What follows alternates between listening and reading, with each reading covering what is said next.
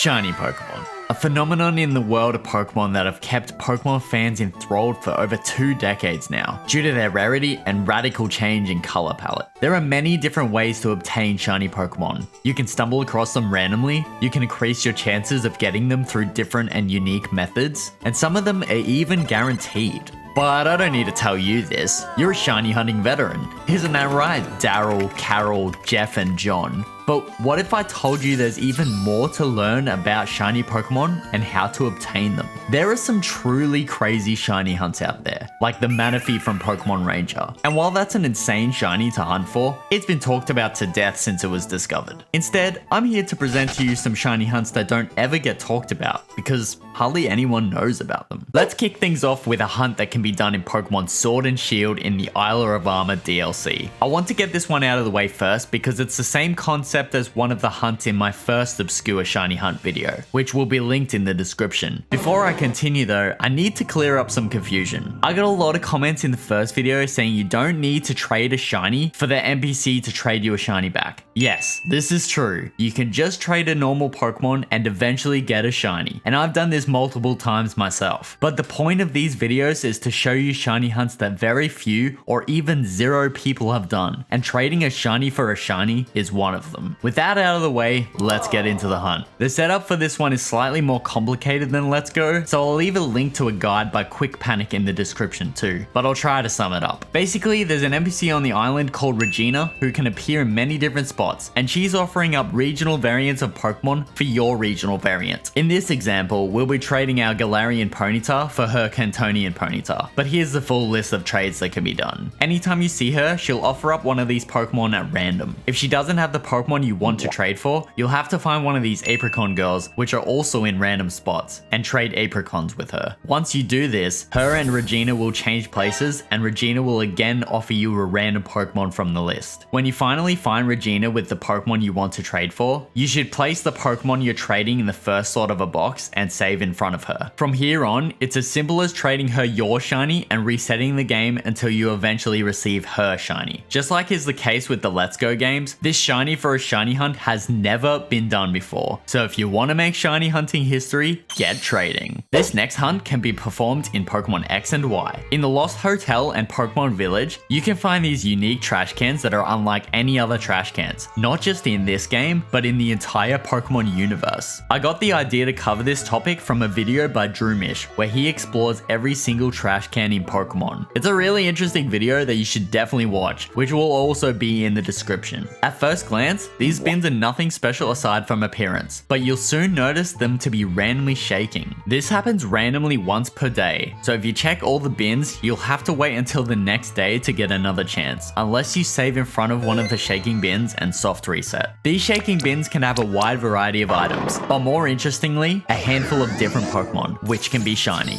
In the Lost Hotel, Trubbish and Garbodor will appear daily, and Rotom will appear on Tuesdays. Surprisingly, this includes any of its different forms, all with a 5% chance, with the normal form having a 75% chance. In Pokemon Village, Garbodor will appear daily and Banette will appear on Thursdays. Unfortunately, to prevent you from abusing the in-game clock for certain things, you will be locked out of Banette and Rotom encounters for 24 hours if you attempt to change the day to Tuesday or Thursday. This also means that you can only hunt for Rotom or Banette every so often, since you'll need to wait until Tuesday or Thursday again to encounter them. You can sort of get around this by setting your clock back to 24 hours and 1 minute from your desired day, meaning you won't have to wait around for an entire week. Lastly, Rotom can only be encountered at nighttime. Once you've found a shaking bin and you're on the desired day, just save in front of the bin and soft reset until something shines. Another unique quirk about this hunt is that every time you reset, there's a chance you'll get an item instead of a Pokemon, so it's a little bit more of a grind than a typical soft reset. This combined with the fact that certain Pokemon only appear on specific days of the week make this a very unique hunt. This next hunt can be done in Let's Go Pikachu and Eevee, and boy is it a doozy. This hunt is so crazy, it honestly deserves a video on its own, but I'll sum it up briefly here. Lots of links in this video, but there's so much to unpack that it's worth it. So if you want to understand the full extent of this hunt, I'll leave a link to a thread by Saibuna Switch in the description. You may recall you can find the 3 legendary birds, Zapdos, Moltres, and Articuno in the wild, and the exact odds of this happening are 1 in 2,000.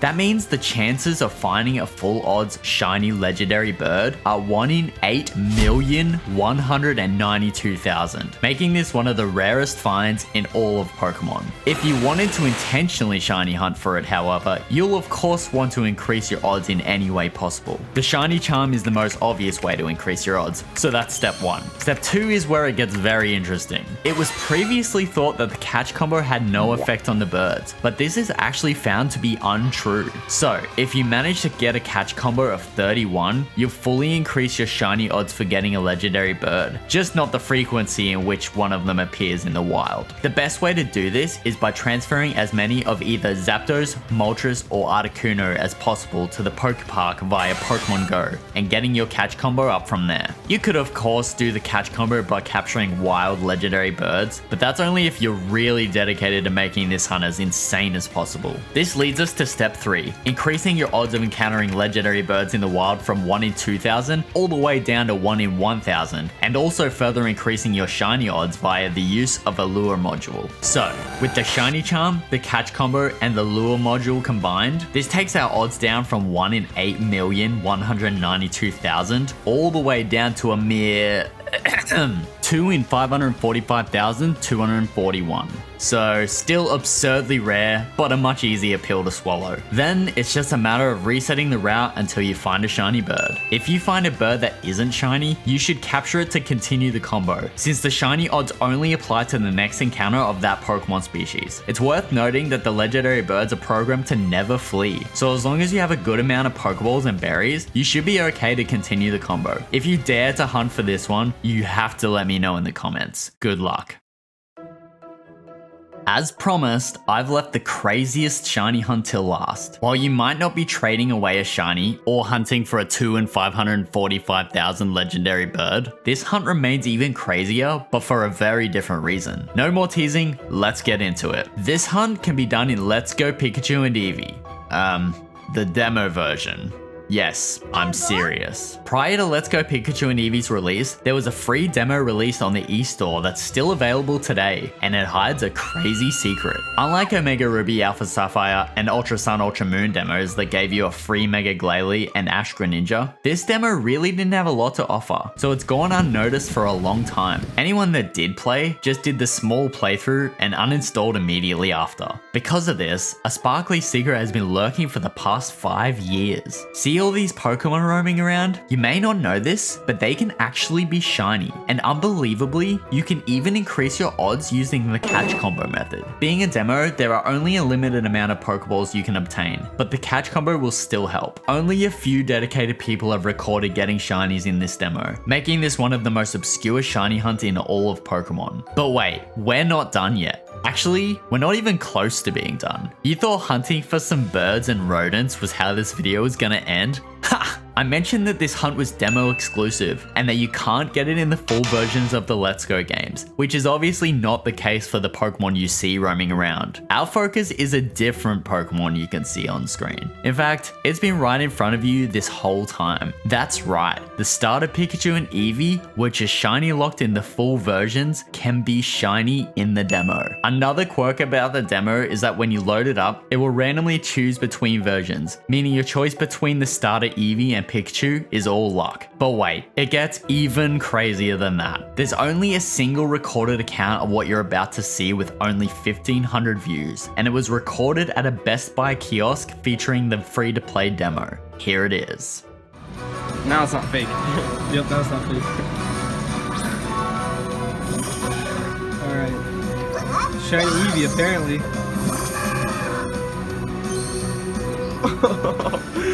That's incredible. It's not even showing up as a shiny. Yeah, look at that. It is. You also have that. Yeah, you guys saw that. If we check here in the stats, over this game is in diamond. Shiny, right there. That's crazy. It's But a moment in history. It's been told that your starter supposedly can't be shiny. I don't know what's with the kiosk though. This is weird though. I don't think this has ever been talked about or anything. I don't think it's ever been shown at all. Yeah. That's right. A shiny starter Eevee with no shiny coloration. Just the sparkles and a star on the summary page to indicate that it's shiny. But if you thought the craziness of this hunt ends there, you're sorely mistaken. Once you've done all you feel like doing here and make your way through Viridian Forest, you'll once again be greeted by Professor Oak, who takes note of how many Pokemon you caught and thanks you for your help. After that, the demo ends and you're left with nothing. You could boot the demo back up, but with no way to save the game, you're forced to start over again, making everything you've accomplished pointless. Let's recap. You've just spent potentially thousands of resets to obtain a shiny Pikachu or Eevee in a demo that doesn't even look shiny, apart from the sparkle and star on the summary screen, making it completely unique to any other shiny out there. It's shiny locked in full games, so you must do it in the demo if you want it, and you can't even save it or send it over to another game. Ouch. This begs the question, why? What's the point of going out of your way to obtain a shiny you can't even keep?